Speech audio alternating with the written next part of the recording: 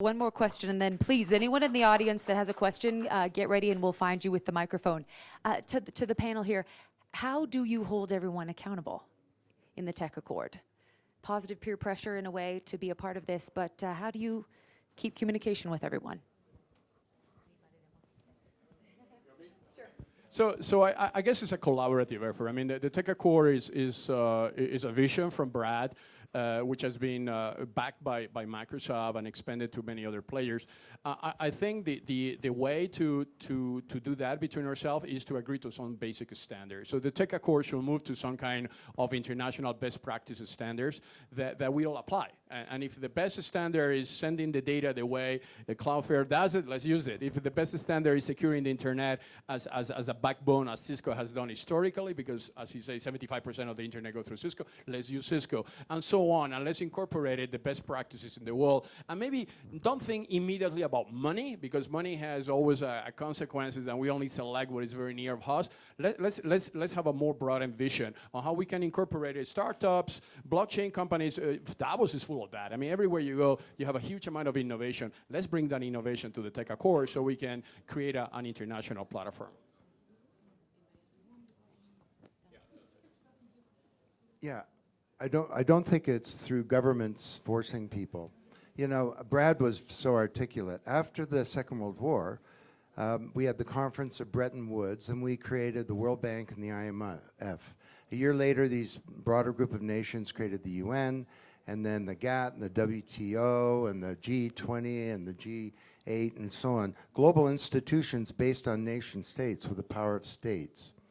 But what's happened since then is that the private sector has become more important in society as businesses begin to understand that business can't succeed in a world that's failing. And the civil society is now what? 10, 20% of an economy, typically. They weren't even at the table at Bretton Woods. So we have these new multi-stakeholder networks, of which the Accord and the process around that is an example, where private sector, civil society, and governments work together, and what drives them forward and what holds them accountable is common self-interest. And that can be described in all kinds of ways. Through transparency, which evidences the behavior of people, through standards where people can be held accountable, and so on. But this is what the World Economic Forum is. I'd just add one brief. I think, again, compare this to war and health. I've learned a lot about security by comparing it to others. There's many analogies to both battle fronts. There needs to be a commitment by all of us that are members of the TechAccord, and I like the fact that there are many more signing on, that if we see an early indication of a cybersecurity threat of some kind, we are a lot more, very proactive to share that data. I mean, of course, it's got to be NDAs and things of that kind, a lot more with each other so that we're jointly attacking it. That's starting to happen, but sometimes I feel like, you know, we could have probably avoided this if there was some early detection mechanism. And it's the same way that any alliance, whether it's NATO or anything else, worked during times of war.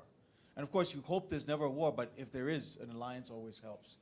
And the same thing in the medical profession. There are networks where people are saying, listen, if we can jointly prevent disease, and I think as a tech community, we have to do better of those early warning indicators that we share quickly, because the research scientists among all of our companies have tremendous amount of battleground information of what's happening in the cybersecurity front, and that sharing of information. Some of us are members, for those of us in the United States, of secret briefings that we do under extreme NDA with the Pentagon or the Defense Department, and that gives us a sense of what the governments are seeing. We can't obviously share that in a public setting, but that's really helpful when I'm sitting in some of those briefings to hear and see what other companies, and that sharing I think will keep us all mutually accountable. You know, one of the things that we see working with all of these different countries is that it does take partnership, and it's not the usual suspects. One of the things that I think we need to do very quickly in order to achieve what Sanjay just referenced is to tear down some of these walls, some of these silos that we artificially built up over the last couple of decades, because it is very much a shared economy. We find when we look at, say, an IBM, We're digitizing the port of Rotterdam together. We couldn't digitize that port without Watson. That's the bottom line. What we learned is that, yeah, we compete in 15 to 20% of the space with IBM, but there's 80% where we are added value to one another. So we decided to take that 20%, stick it off to the side, and focus on that 80%. I think the same thing needs to happen in the cybersecurity space. We need to stop worrying about being ultra competitive and maybe start thinking a little pre-competitive.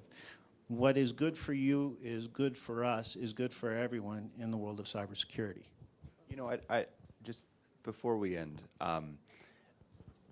one thing though that I think is really important is that we remember that what the TechAccord is actually a fairly modest goal. And so we've heard about blockchain, and we've heard about identity, and we've heard about a lot of things, but those are great things, and they're really important.